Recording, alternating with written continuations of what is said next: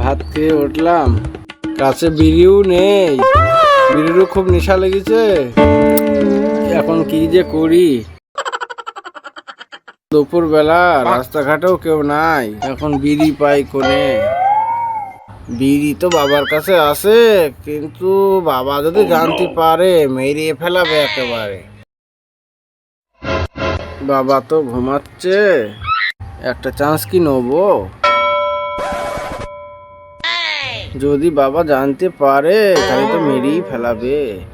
যা হয় হবে, রিক্সাটা নিয়েই দেখ, মার খেতে হলে খাওয়াবো।